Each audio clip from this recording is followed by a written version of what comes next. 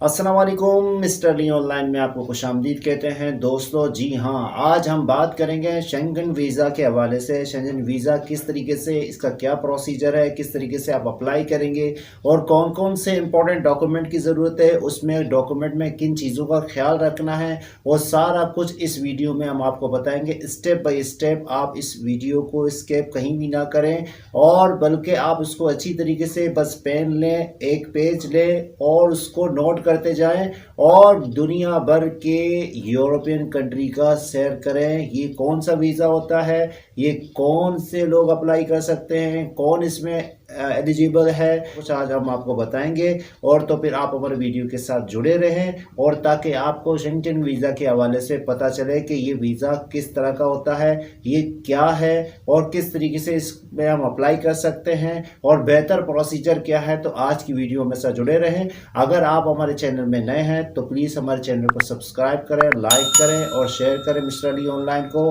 और दुआओं में ज़रूर याद करें, नमाज के ज़रूर पाबंद रहें। तो चलो वीडियो की तरफ आएंगे।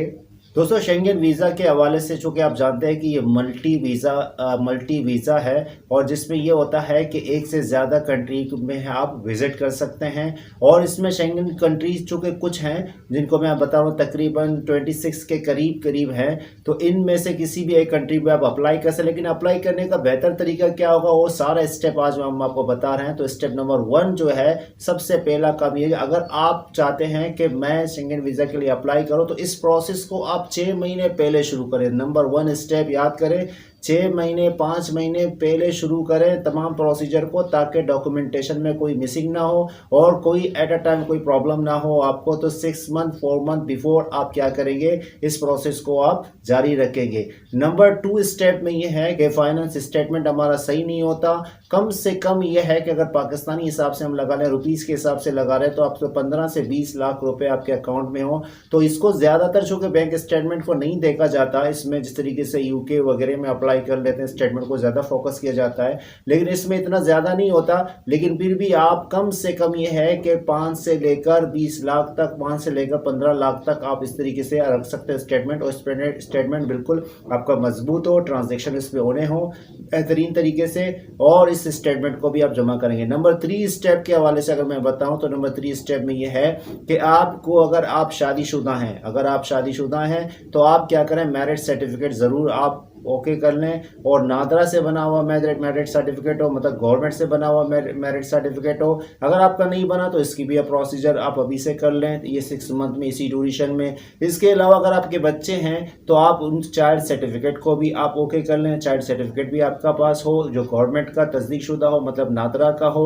और इसी तरीके से अगर आप कहीं जॉब कर रहे हैं तो उसका एनओसी आपका लाजमी है। एनओसी क्या है कि आपका इजाज़तनामा है जो आपको जॉब की तरफ से मिलता है कि आप यहाँ जा सकते हैं, ट्रैवल कर सकते हैं। तो ये आपको एनओसी लाजमी होनी चाहिए आपके पास। और इसके अलावा अगर आप कोई पर्सनल बिजनेस कर रहे हैं तो आपका बिजनेस लाइसेंस होगा, तो इसको भी आप इसमें सबमिट कर सकते हैं। इसके अलावा दोस्तों, आपका पासपोर्ट है और आपका रेजिडेंटल जो आप जहाँ पर रहते हैं वो सारा कुछ आपके पास होने चाहिए। जहाँ पर हैं उनकी रिहाइश के हवाले से वो प्रूफ हो आपके पास कि मैं कहाँ रिहाइश कर रहा हूँ, और आपका पासपोर्ट भी वैलिड हो। और इसके अलावा ये है कि 2 तस्वीरें आपकी होंगी जो इनका बैकग्राउंड जो होगा वाइट होगा। और इसके अलावा अगर हम बात करें जो रेंट एग्रीमेंट, अगर आप किराए के मकान पर रहते हैं तो रेंट एग्रीमेंट भी आपका हो। इसमें जो टाइम पीरियड होता है, जो टाइम ड्यूरेशन होता है इस प्रोसेस में करने का, जब आप अप्लाई करते हैं, जब एम्बेसी जाते हैं, जो वीज़ा एम्बेसी आप जाते हैं, तो इसमें जो प्रोसीजर होता है तकरीबन 15 वर्किंग डेज होते हैं इसमें। और इसकी अगर हम फीस की बात करें तो फीस तकरीबन 90 यूरो, या तो हम अगर धर्म के हिसाब से लगा लें तो तकरीबन 339 दरम हो सकते हैं। और ये 26 कंट्रीज पर मुश्तमिल होता है। शेंगन वीज़ा जो होता है ये शेंगन कंट्रीज कहलाते हैं। सबसे बेहतरीन तरीका दोस्तों ये है कि आप जब आप अप्लाई करें फर्स्ट टाइम, तो आप फर्स्ट टाइम अप्लाई करें 1 या 2 कंट्री के लिए अप्लाई करें। बेहतर तो ये है कि आप एक ही कंट्री के लिए अप्लाई करें। फर्स्ट टाइम जब अप्लाई करें तो बेहतर है एक कंट्री के लिए अप्लाई करें, और ज़्यादा मुद्दत के लिए नहीं करें, बल्कि आप 1 या 2 वीक के लिए अप्लाई कर सकते हैं। इससे क्या होगा कि आपका जो हिस्ट्री है, जो वीज़ा, जो आपका पासपोर्ट हिस्ट्री है वो बेहतर होगा, क्योंकि आप रिटर्न आप बैक करते हैं और जब दोबारा अप्लाई कर लेंगे तो वो ऑटोमेटिकली आपकी जो ड्यूरेशन है वो ड्यूरेशन को बढ़ाकर आपके सामने रख देगा। मतलब ये कि 1 महीने का कर लेगा, 2 महीने का, 1 साल का, इस तरीके से भी हो सकता है। लेकिन स्टार्टिंग में आप खुद ऐसा चांस दे दें कि आप 1-2 वीक विजिट करें। जैसे कि अगर सबसे बेहतरीन तो कंट्री होगा कि आप इटली में हैं, इन कंट्रियों में जो ट्रैवल कंट्री हैं, जो विजिटर कंट्री है, जो टूर कंट्री हैं, इनमें आप अप्लाई करें ताकि आपके लिए आसानी हो।